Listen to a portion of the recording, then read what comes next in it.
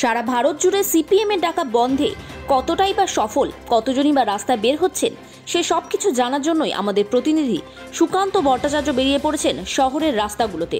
দেখে নেওয়া যাক আজ সকাল 10:30 নাগাদ কেষ্টপুর সাবওয়ের সামনের চিত্রটা ঠিক কীরকম ছিল। আজ ট্রেড ইউনিয়নের ডাকা ধর্মঘট, সপ্তাহে বৃহস্পতিবার, ব্যস্ততম দিন। সকাল 10:30 11টা নাগাদ আমরা হাজির হয়েছি কেষ্টপুর সাবওয়ের সামনে।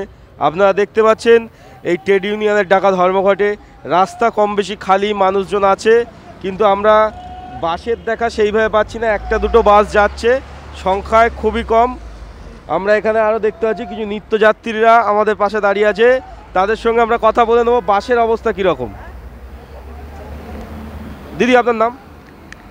সঞ্চিতা দেবনাথ। আপনি এখানে কতক্ষণ দাঁড়িয়ে আছেন? দাঁড়িয়ে আছি প্রায় 10 মিনিট। বাস টাস কেমন আসছে? বাসটাও আসছে না, পাচ্ছি না। অন্যদিন তো দাঁড়িয়ে থাকলে বাস পেয়ে যাই। তো আপনি কোথায় যাবেন? কোথায়? আকাঙ্ক্ষা, অফিস যাব। অফিস যাত্রীদের দেখা পেয়েছি আমরা রাস্তায়, ওনারা অনেকক্ষণ ধরে দাঁড়িয়ে আছে, কিন্তু বাসের দেখা পাচ্ছে না। আমরা আরও কিছু যাত্রীদের পেয়ে গেছি, কথা বলে নেব।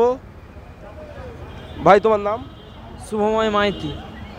কোথায় যাবে? কোথায়? কলেজ। কোন জায়গায়? কেষ্টপুর। কলেজ কোথায় তোমার? ওই সামনে। আচ্ছা আচ্ছা, বাস পাচ্ছ? হ্যাঁ, বাস পাচ্ছি। কতক্ষণ দাঁড়িয়ে আছো এখানে? আধ ঘন্টা। আধ ঘন্টা। আমরা দেখলাম যে সত্যি বাসের সংখ্যা কম। ট্রেড ইউনিয়নের ডাকা যে আজকে সাধারণ ধর্মঘট, তাতে মানুষ সাড়া দিয়েছে কিনা জানি না, তবে রাস্তায় বাস গাড়ির সংখ্যা অনেকটাই কম।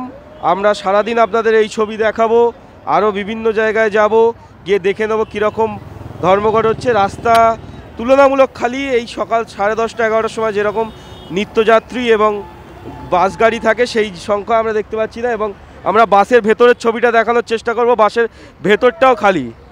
আমরা চেষ্টা করে নেব বাসের ভেতরের ছবিগুলো দেখাতে। বাস আছে কিন্তু বাসের যাত্রী সেরকম নেই। বাসের ভেতরও খালি, যে অল্প সংখ্যক বাস চলছে। বাসের যাত্রী সংখ্যাও কম, দু একজন উঠছে। বাস তুলনামূলক একদমই খালি। আরও ছবি আপনাদের দেখাবো এই ধর্মঘটে কেমন ছাড়া পড়েছে। আপনারা দেখছিলেন বিশ্ব বাংলা টিভি, সুকান্ত ভট্টাচার্যের সঙ্গে সাগর সরকার।